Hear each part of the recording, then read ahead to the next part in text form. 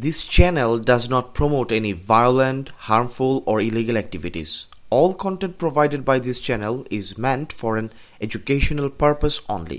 গত বছরের ছাত্র জনতার অভ্যুত্থানে আওয়ামী লীগ সরকারের পতনের পর থেকে চট্টগ্রামের রাউজান সন্ত্রাসের জনপদ ও মৃত্যুপুরীতে পরিণত হয়েছে।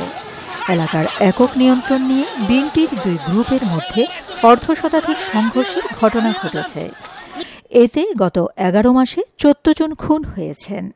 এদের মধ্যে 11 জনই বিভিন্ন রাজনৈতিক দলের নেতাকর্মী। নিহতদের তালিকায় রয়েছেন ব্যবসায়ীও। এছাড়া গুলিবিদ্ধ, জখম ও অন্যান্যভাবে আহত হয়েছেন অর্ধশতাধিক মানুষ।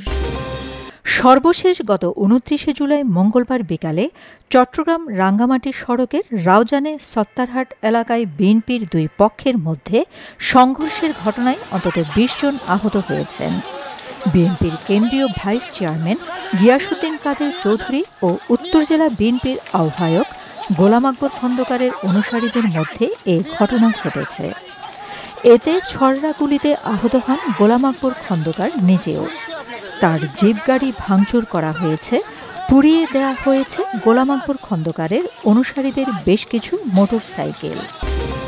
নেতাকর্মীদের মানবপ্রাচীর তৈরি এবং দৌড়ে পালিয়ে মোটরসাইকেল যোগে স্থান ত্যাগ না করলে গোলাম আকবর মবের শিকার হয়ে মৃত্যুবরণ করতেন বলে প্রত্যক্ষদর্শীরা জানায়। এই ঘটনায় চট্টগ্রাম উত্তর জেলা বিএনপির আহ্বায়ক কমিটি বিলুপ্ত ঘোষণা করা হয়েছে।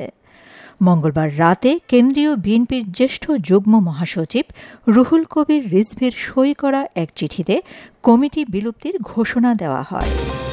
এছাড়া আরেকটি চিঠিতে স্থগিত করা হয়েছে কেন্দ্রীয় কমিটির ভাইস চেয়ারম্যান গিয়াসউদ্দিন কাদের চৌধুরীর পদও।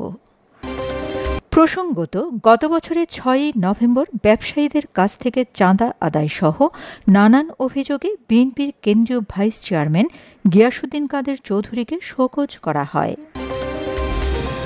শোকজ নোটিশে উল্লেখ করা হয়, এলাকায় দলমত নির্বিশেষে ধনী ব্যবসায়ীর তালিকা করে কোটি কোটি টাকা চাঁদা আদায়, ওমান বসবাসরত সিআইপি ব্যবসায়ী ইয়াসিনের কাছ থেকে 1.5 কোটি টাকা চাঁদা দাবি, চাঁদা না পেয়ে সন্ত্রাসীদের দিয়ে ইয়াসিনের রাউজানের বাড়ি পুড়িয়ে দেওয়া, সিআইপি ব্যবসায়ী মোহাম্মদ ফোরকানের কাছে 1 কোটি টাকা চাঁদা দাবি করে না পেয়ে সন্ত্রাসীদের দিয়ে ফোরকানকে নির্মম শারীরিক নির্যাতন, অনুগত সন্ত্রাসীরা দোকান, ব্যবসা প্রতিষ্ঠান, বিদেশে অবস্থানরত রাউজানের ব্যবসায়ীদের ওপর ঢালাও চাঁদাবাজির মাধ্যমে এলাকায় আতঙ্কের জনপদে পরিণত করার অভিযোগ রয়েছে। পুলিশ ও স্থানীয়রা জানান, বিএনপির নিজেদের দ্বন্দ্বের জেরে এখানে খুন খারাপি থামছে না। পাল্টাপাল্টি হামলা, হত্যাকাণ্ডে বিপর্যস্ত পুরো রাউজান। স্থানীয় পুলিশ প্রশাসন সন্ত্রাসীদের কাছে জিম্মি। এমন নিয়ন্ত্রণহীন অরাজকতা আওয়ামী লীগের গত 15 বছরে কেউ দেখেনি। গুলি, হামলা ও পাল্টাপাল্টি খুন এখন রাউজানের নিত্যদিনের ঘটনা।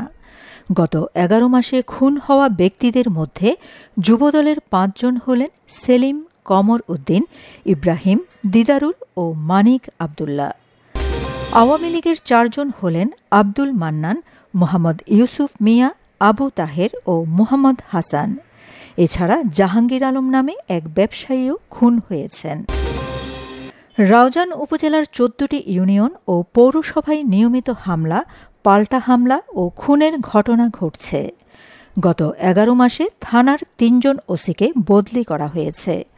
তবু শান্তি ফিরে আসেনি রাউজানে। হাজার হাজার মানুষ রাউজান ছেড়ে চট্টগ্রাম শহরে নিরাপদ আশ্রয় নিয়েছে। Shamima Chowdhury Shammi, BNA news 24। আমার সোনার বাংলা, আমি তো